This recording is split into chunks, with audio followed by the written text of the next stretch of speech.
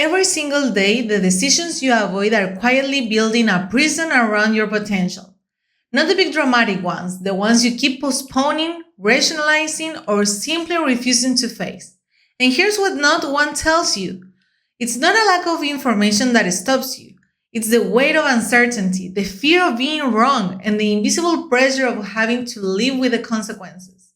But what if there was a method, a proven, repeatable process that could cut through all of that noise and give you clarity in minutes? Most people believe that great decision makers are simply born that way, that some people are wired to act decisively, while others are destined to ruminate endlessly. That belief is not only false, it's dangerous. Because as long as you hold on to it, you'll keep waiting for a confidence that will never arrive on its own. The truth is that every high performer you admire developed a system. They didn't eliminate fear. They built a structure that made fear irrelevant. Here's where it gets interesting. The moment you understand why your brain freezes, everything changes. Everything changes. Your mind, when facing a difficult decision, does something counterproductive. It tries to process every possible outcome simultaneously.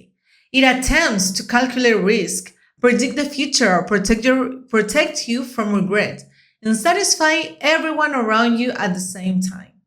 That's not thinking. That's paralysis, dressed up as responsibility. Step one of this method is ruthlessly simple. Define the real cost of not deciding. Not the cost of the wrong choice, the cost of no choice.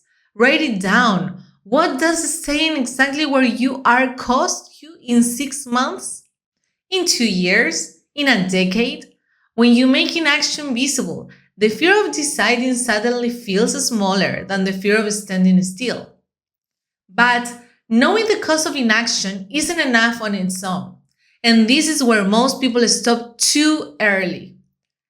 Step 2 requires something that feels uncomfortable at first, separating the decision from the identity. Most people don't fear making the wrong choice. They fear becoming someone who made the wrong choice. They're not protecting their interests. They're protecting their self-image. Once you understand that a decision is just data, an experiment with a result, not a verdict on your worth, the entire emotional weight shifts.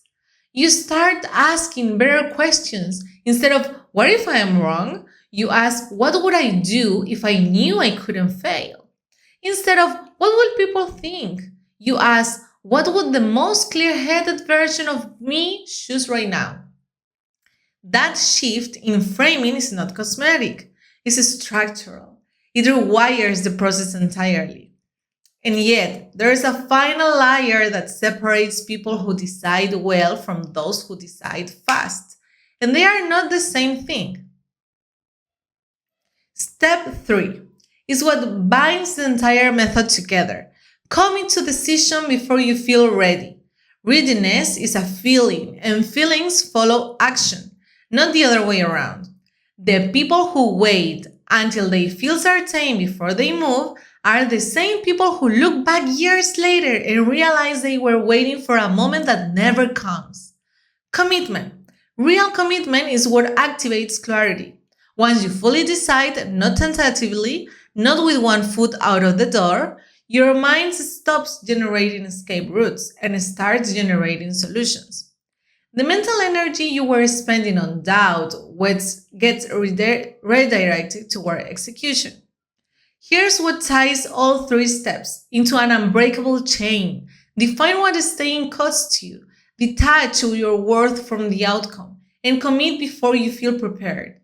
That sequence practiced consistently doesn't just help you make one good decision. It transforms you into someone who makes good decisions as a default. It helps you. The world doesn't reward the most talented, the most prepared, or the most cautious. It rewards those who move with clarity when everyone else is frozen. You now have the method. The only thing left is to use it. Not tomorrow, not when the timing feels perfect, but right now with the very next decision you've been avoiding. Because the life you want is waiting on the other side of the choice you keep refusing to make.